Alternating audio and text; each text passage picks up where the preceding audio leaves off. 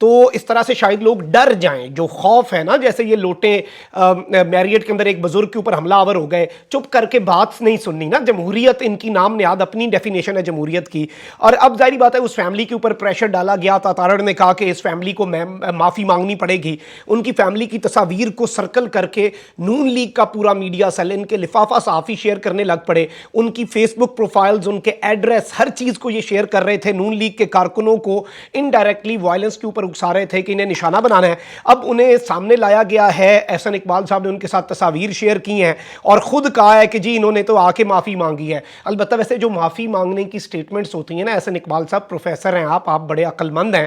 آپ قوم کو کہتے ہیں کہ ایک کپ چائے پیو اور خود بہت بڑی والی فل لارج جو کافی ہے وہ میکڈونلڈ سے امپورٹڈ خرید لیتے ہیں.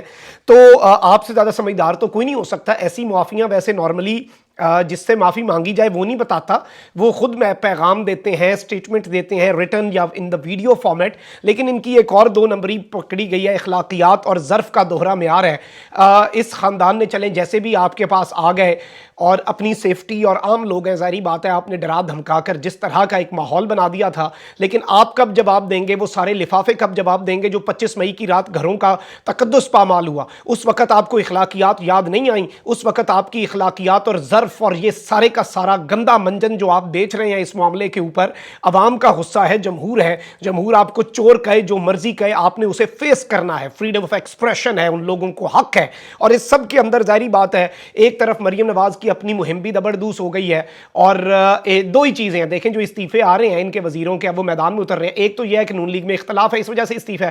دوسرا یہ ہے کہ مریم کی کیمپین, اور جو مریم نہیں کر سکی یہ اب ایاز صادق کرے گا. آپ خود ادھر سے اندازہ لگا سکتے ہیں. اچھا اب ذرا میں آپ کو یہ چیز بتا دوں کہ برکس کا جو سمٹ ہے اس میں پاکستان کو نہیں بلایا گیا تھا, اس میں ایران تک کو بلایا گیا. ایسے ممالک کو بلایا گیا چین کے اندر جن کا نام بھی میں نے پہلی دفعہ سنا, اور بہت سے لوگوں کے لیے تو ان ممالک کی ایگزسٹنس کا ہی شاید پتہ نہ ہو.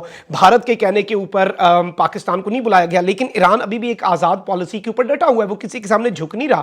اس کی رشیا اور چائنا کے ساتھ الائنمنٹ سب کے سامنے ہے. اور اب ایسا معاملہ کیا جا رہا ہے کہ obviously اس حکومت کے سامنے امریکہ اور یہ ساری چیزیں, تو اب شہباز شریف صاحب کا رابطہ ہوا ہے ابراہیم رئیسی صاحب کے ساتھ. عید کا obviously تہوار جیسے فیملیز میں ہوتا ہے نا کہ کوئی آپسی رنجش ہو, تو ایسا عید کا یا کسی شادی بیاہ کوئی خوشی غمی کے موقع کے اوپر سب اکٹھے ہو جاتے ہیں اور اس میں رنجشیں بلا دی جاتی ہیں.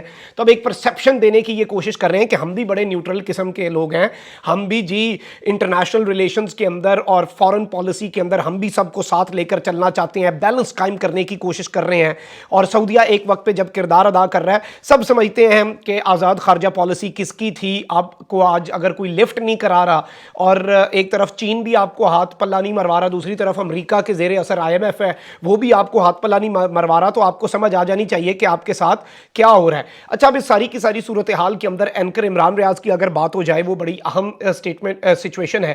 اور یہ اطلاعات تھیں کہ اب جی ان کا سافٹ ویئر اپڈیٹ ہو چکا ہے. دیکھیں جی سافٹ ویئر اپڈیٹ کا دور اس وقت ختم ہو چکا ہے, اور اب ہارڈ ویئر اپڈیٹ عوام کر رہی ہے.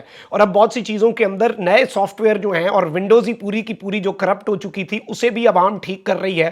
اور اب ٹکر کے لوگوں کی بات جس طرح سے عمران ریاض نے کی تھی, اس سب کے اندر بہت سی چیزیں پس پردہ ہوتی ہیں. ایک چیز اگر آپ کو لگتا ہے کہ صرف وہی کارروائی تھی جو عدالتی کارروائی آپ کے سامنے تھی, وہ بھی میں سمجھتا ہوں خام خیالی ہوگی. بہت کچھ بیک اینڈ پہ ہوتا ہے, بہت سی چیزیں ڈسکس ہوتی ہیں, بہت سے معاملات کے اندر افہام و تفہیم کی کوششیں کی جاتی ہیں. Even with former prime minister Imran Khan, ابھی بھی انہوں نے کہا میں نے نمبرز ان بلاک کر دیے ہیں, رابطہ ہوگا تو میں رابطہ کر لوں گا, مجھے اس میں کوئی مسئلہ نہیں ہے, مجھے اس میں کوئی آر نہیں ہے.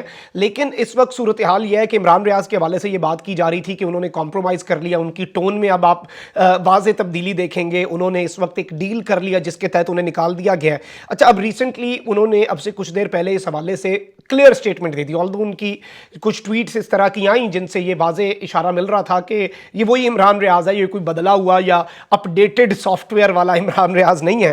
تو اب انہوں نے کہا ہے کہ یہ کون کہہ رہا ہے کہ معافی مانگی, کیونکہ یہ اپنے لوگوں کو, اپنے صحافیوں کو, اپنے ٹولے کو, اپنے تنخواہ دار طبقہ جو انہوں نے رکھا ہوا ہے, اپنے کنسلٹنٹ صحافی, اپنے ٹوکرا صحافی, ان سب کو میں آپ کو یہ بتا دوں کہ یہ اس کام پہ لگا چکے ہیں کہ یہ پرسیپشن دے دی جائے کہ عمران ریاض نے تو کمپرومائز کر لیا ہے. تو کہتے ہیں کہ یہ کون کہہ رہا ہے کہ معافی مانگی ہے, قانونی لڑائی جاری ہے, میں اپنے کیسز کا سامنا کروں گا اور میرا جو کام ہے, میرا جو مشن ہے وہ جاری و ساری رہے گا, میرے مشن کے اندر کوئی چیز مجھے اس سے روک نہیں سکتی. یہ 5 دن کے بجائے 10 سال مجھے رکھ لیں. اور انہوں نے کہا کہ ویسے چلیں اچھی بات ہے کہ خواب دیکھنے پر کوئی پابندی نہیں ہے. اگر آپ کو یہی خواب جو ہے یہ تسلی دے دیتا ہے, اگر آپ کو اس سے سکون ملتا ہے اور آپ کو یہ رات کو سونے میں مدد کرتا ہے, whatever helps you sleep at night, تو پھر آپ کر لیں. بے شک جتنے مرضی خواب دیکھیں, مفروضے بنائیں, اس طرح کی آپ اپنی ایک خیالی دنیا میں رہیں, لیکن ایسا کچھ نہیں ہوگا. اور اس وقت میں آپ کو یہ بتا سکتا ہوں کہ جن جن لوگوں کو آپ نے ڈائریکٹلی انڈائریکٹلی ڈرانے دھمکانے کی کوشش کی, وہ سارے اس وقت ڈٹے ہوئے ہیں اور وہ پہلے سے زیادہ دبنگ ہو کے آپ کو نظر آئیں گے, اور پہلے سے زیادہ آپ کو نظر آئے گا کہ ان کا لہجہ جو ہے وہ کھل کر بھی شاید باتیں کریں, کیونکہ ڈر, جھجک اور جھاکا جو ہے وہ اترتا جا رہا ہے. اپنا بہت خیال رکھیں. اللہ نگہبان. پاکستان.